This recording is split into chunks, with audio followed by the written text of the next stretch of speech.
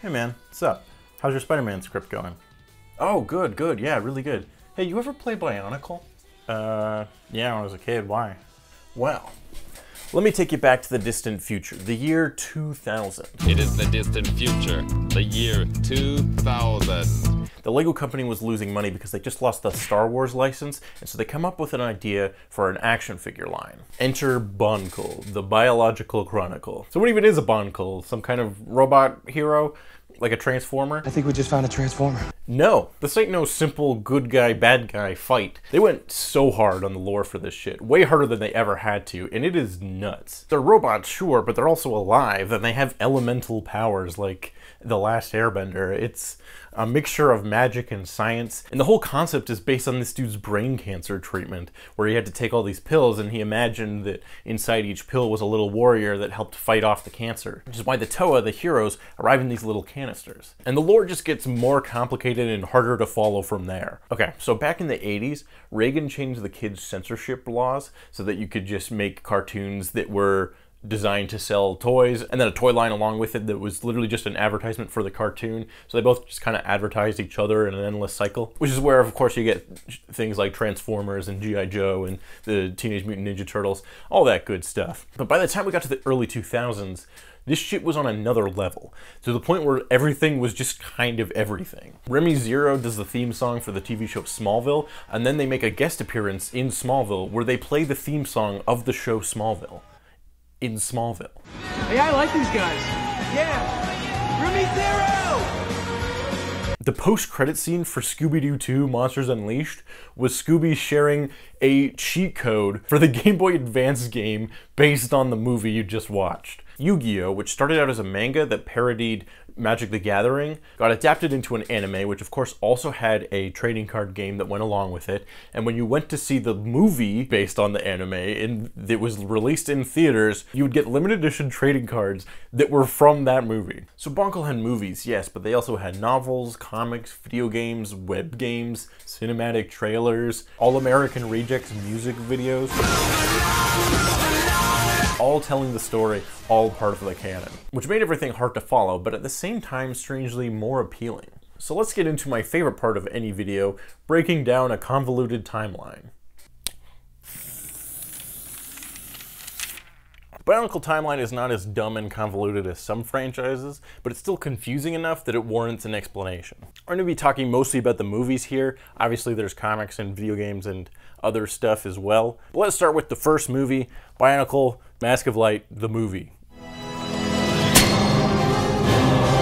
So this movie is sort of the culmination of the first kind of era of Bionicles with like Tahu and Kupaka and Gyali and all those ones. It's basically just Lord of the Rings where these two regular citizens find a magic artifact and then they have to go on a quest to bring it to a place. It's basically just Frodo and Sam.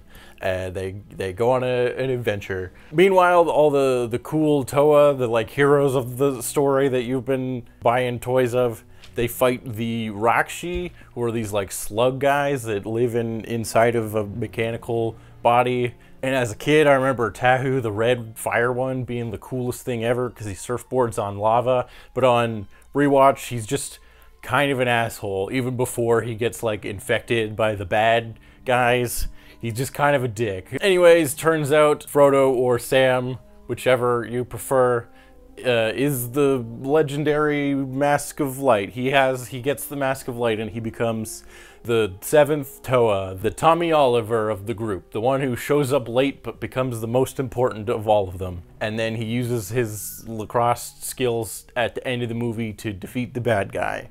And that's this one. It does not hold up super well. As a kid, I remember really loving this movie just because it was the lore behind the toys that I already enjoyed, and it was like way more creative and interesting than I thought it would be. As an adult, the animation is not very good. It's also just kind of not great quality in general. However, it's very short. All of these movies are actually super short, which is definitely in their favor. They don't waste your time. They're all like 80 minutes or less. And Bionicle is such an interesting looking world that there are a lot of little lore things that I actually do like about this one. The way we see one of the Borok just frozen, these fucking droidica looking guys. No mush for droidicas. And sort of just the way that this world feels like it has this vast history that we're only getting a little glimpse of. That stuff I think is pretty solid. Anyways, that brings us to the sequel, Bionicle 2, Legends of Metru Nui, which is actually a prequel. I don't have a copy of this one because it's up on YouTube and you can just watch it there. Same with all of the first three. I just happen to own Mask of Light. So Bionicle 2 is probably the best of the movies. It has a more conventional hero's journey story, which I think works in its favor. It's about a group of Matoran, the little citizen guys, who become Toa, as we learned that they can do from Mask of Light. And they go on an adventure. They also thought to give each character a bit more of a personality this time, as opposed to just in Mask of Light where it's like, Tahu's the fire one, so he's a bit of a hothead. Oh, Kopaka, he's the ice one, so he gives people the cold shoulder. Instead of like that shit, it's like, no, like the green one is the funny one who is really overconfident but kind of an idiot. And like Vakama, the red one, is like kind of insecure at first, and then he like learns to become more confident and courageous and grows into a leader by the end. Pretty basic character arc shit that like wasn't really in the first one that much. I mean, they had some stuff about the main guy, Takua, becoming the golden boy, but it's not like super amazing or anything. In this one, at least, the story is more straightforward, kind of more what you expect about like these heroes learning to unlock their powers and go on an adventure and save the day. That's this one. And the animation's a little better. They realized they can move the camera around in 3D animation, so there's some decent looking action shots. So they're in Metru Nui in this one, which is an old place, not to be confused with Mata Nui, the island they're on in the first one, the main island that's based on the god of the world. In this one, at the end we find out that all the Toa, the heroes of this one, are actually the old guys from the first movie, and if you've been paying attention to the names like Vakama and stuff, you might clue into that. Otherwise, it's a reveal at the end. And then, so it tees right up to this era at the end, where they save all the Matorans, the little guys, the hobbits, and they bring them to Mata Nui, straight up just teeing up the start of this movie. It's definitely the strongest of all of them, although it's still not perfect. I like how they do a lot more fleshing out of the world and stuff. They explain a little bit more about what each different like tribe does in their society. They explain where the masks come from. They come from these discs. Where do the discs come from? I don't know. They just kind of find them lying around, but they sort of attempt to explain more of the world at least. And again, they flesh out the whole, what we now realize is the life cycle of the Bionicles. They start out as the little hobbit Matorans. Sometimes they become the hero Toas, and then when they get old, they turn into the grandpas. You start to get a clearer idea of how big this world is and how everything connects. Although one thing that I think is not good in this one is Makuta, the main bad guy of the series. He's super scary in this one. He's all big and he's only in shadow and stuff. But for a good chunk of this one, he's disguised as an old man, so he just looks like not intimidating at all. And then when they beat him at the end, it's just like a very dumb video game boss fight where he kind of just ends up defeating himself. So that was less cool. Also, all the Toas get superpowers based from their masks. And it's just like completely arbitrary and really only is used in like a very specific situation and then not really again. Some of them are terrible. Like one guy is just a flashlight and that's his power. And then like one can shapeshift, has nothing to do with anything. Like one can turn invisible. I don't know why they're there, but I guess it's kind of cool. Now, moving on. So then, this is where it gets confusing. Bionicle 3, Web of Shadows, of course not to be confused with Spider-Man Web of Shadows, the video game, where you throw people off of a building. They're not normal! Is a sequel to the second one, but still takes place before the first one. In fact, it actually kind of takes place like right about here in the story, in the timeline of Bionicle 2. If that was the end of Bionicle 2, that's the beginning. 3 takes place right over here. See, actually, right before the very end of 2, where they rescue the Metorans, bring them to Metru Nui, and tee up Mask of Light, they went on a side mission because they had to get more of the Metorans. They rescued some of them, but they got to get all of them. They do kind of set this up in 2, but you just sort of assume that they like went back and got the rest, which they did. But it turns out they had to fight a bunch of spiders called the Visorak, and then they got cocooned and turned into ugly versions of themselves. This one is probably the worst one of any of them because one. It's another prequel, but we know how it ends because we saw the ending in the last one. So it's just sort of a weird side story. Unlike at least the last prequel, like gave us more of the world and gave us like the backstory of some of the other characters, and it still stands on its own a little bit better. And it really only reveals that it's a prequel at the very end if you're not paying that close of attention. But this one is literally a side story that takes place during the prequel, so it's like, it feels very irrelevant while you're watching it. It's like, this kind of feels like a waste of time. Like, they change forms in this one into worse looking designs. The toys themselves are fine, but like the way that they adapt them in the movie, they just kind of look ugly, and that's like sort of the point, is that they're like, oh, we're hideous, but that's like not really fun to watch. Unlike, you know, the earlier ones where they look cool, and that's fun because we want them to look cool and do cool things. There's very little cool thing doing in this one. It's a lot of them being sad. One of them turns bad for pretty much no reason, and then they just turn good by like one guy being like, hey, don't be bad at the end. And there's some spiders that they fight. I like how the spiders look, but there's not enough of them. It's mostly them being sad. It's not very good. This is definitely the most skippable of any of them. But again, I think it's funny just that this is currently the timeline. 1, 2, 3, and 3 sort of technically takes place during 2. This is the whole reason I'm making this video. So whatever, enough of that shit. Moving on, they eventually save the day and get back to the ending of the last one, which we already knew happened. What happens after this point? Because there's still like a bunch of shit. There's a kind of a big gap between the third and the fourth final movie, and all of that shit is stuff from the games and the comics and the books, like such as Bionicle Heroes. I have the disc. I don't have the case. Bionicle. This one is after Mask of Light. It's a game that loosely adapts the stuff from the books. This is the Toa and Nika and Paraka era. The All-American Rejects stuff. Those guys fight the Paraka on a new island, a new part of the world. What's cool about this era, for those that have been paying attention, even though I haven't explained it yet, all the characters that are the Toas, the heroes in this one, were actually Metorans in the previous era, in the Mask of Light era. So like the other guy, Frodo or Sam, depending on who you want, not the Mask of Light man, but the other guy, Jala or Jaller, again, depending on the era, his name changes at some point. I don't fully understand it.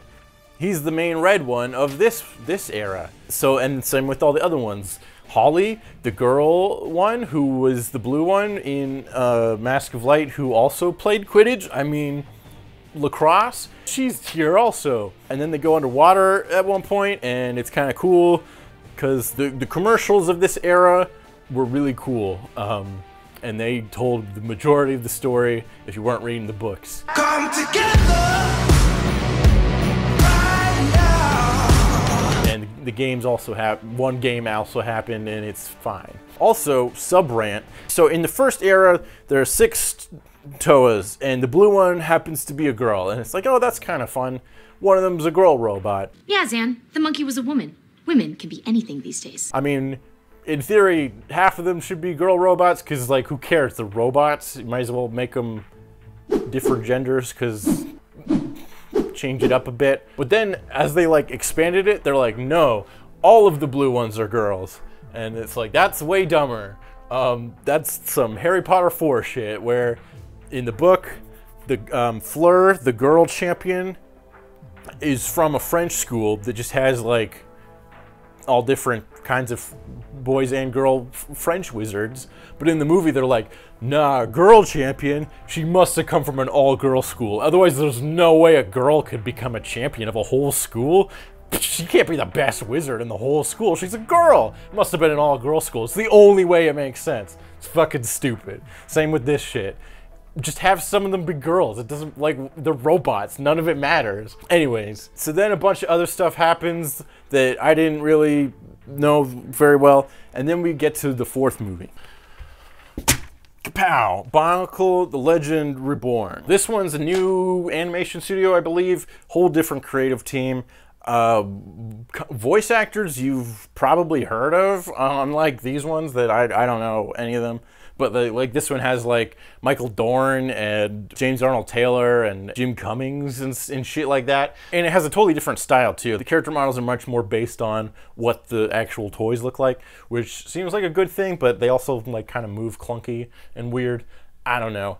It's also not amazing. None of these are great, but the lore is cool, so we're talking about them. So this one is about, this is towards the very end of the timeline. Turns out, Metru Nui, the island that they were on, and which is named after their god, Metru Nui. Okay, turns out Metru Nui is a giant fucking robot that takes up the whole world of Bionicle. The island they were on, that was just his mask. He's fucking big, okay?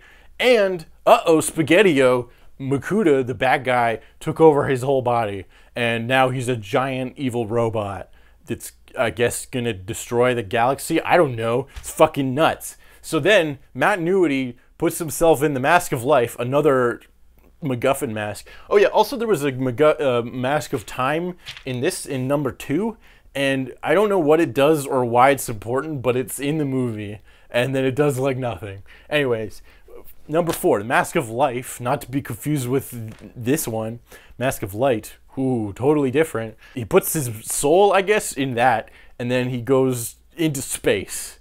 And he goes into space, and he lands on another planet, and he does, and they do Planet Hulk. He joins the Gladiator arena. This is the Glatoran, baby. It's John Carter of Mars. It's fucking Planet Hulk. It's the Gladiator space arc. My favorite of all the arcs. Anytime anyone goes to an alien planet and they have to fight in a gladiator ring, I'm there, baby. Yes, that's my shit. Yes! This one's also not very good. For example, the opening cutscene, animation, is they did it in a commercial, and it looks way fucking cooler. And instead of that, you get a worse version in the movie that's like telling the story of that. Also, yeah, it's got a different vibe because it's like a different creative team and stuff. Just look at how cool the title card is of the first 3 versus how lame the Legend Reborn is.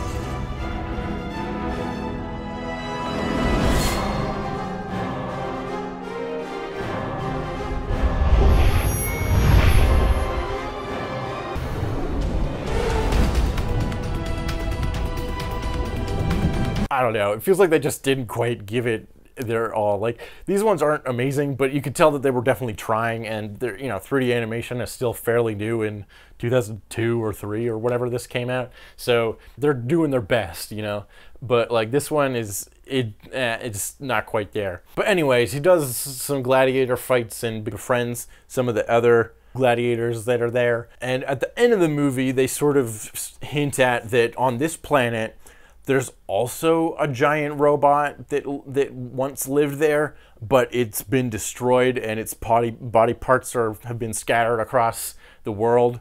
And that's why it's like a fucking desert Mad Max world. At the end of the movie, they're like starting to rebuild it.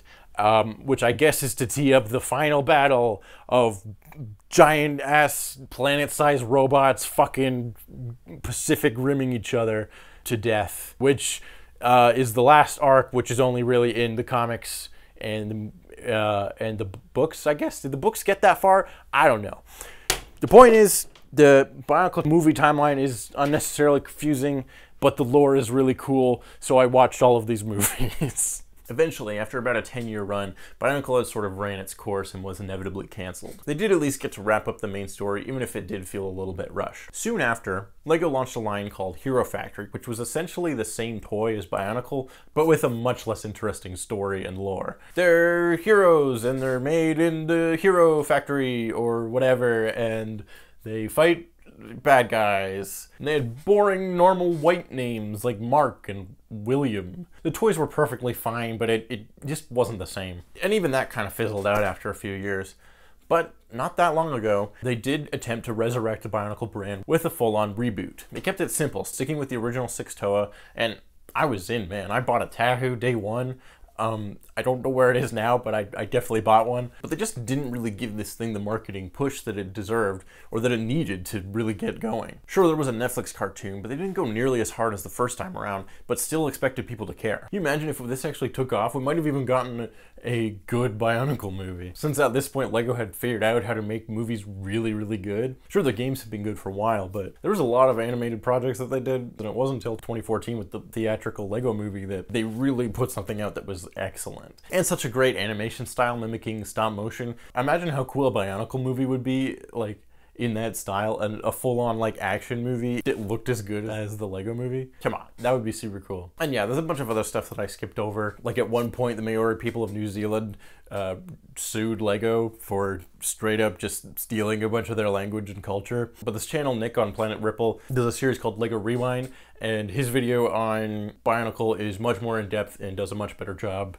breaking down the whole series, so check that one out if you want more. The point is, Bionicle was super unique. A product of its time, sure, but they went so much harder on the lore and the world building than they ever had to, and that just made it more interesting and more engaging. Most franchises don't try this hard, and aren't nearly as creative or interesting or unique, or have crazy overarching themes and ideas that actually pay off in a cool and interesting way. There was nothing really like it, and there hasn't really been anything like it since. And it was all because someone, or a group of someone's, I guess, had a story that they wanted to tell. And I think that's cool.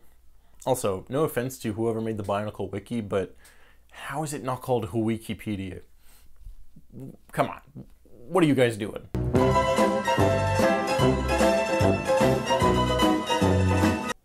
Okay, that's great. I'm just not quite sure why I asked you about your Spider-Man script and you talked about Bionicle for 20 minutes.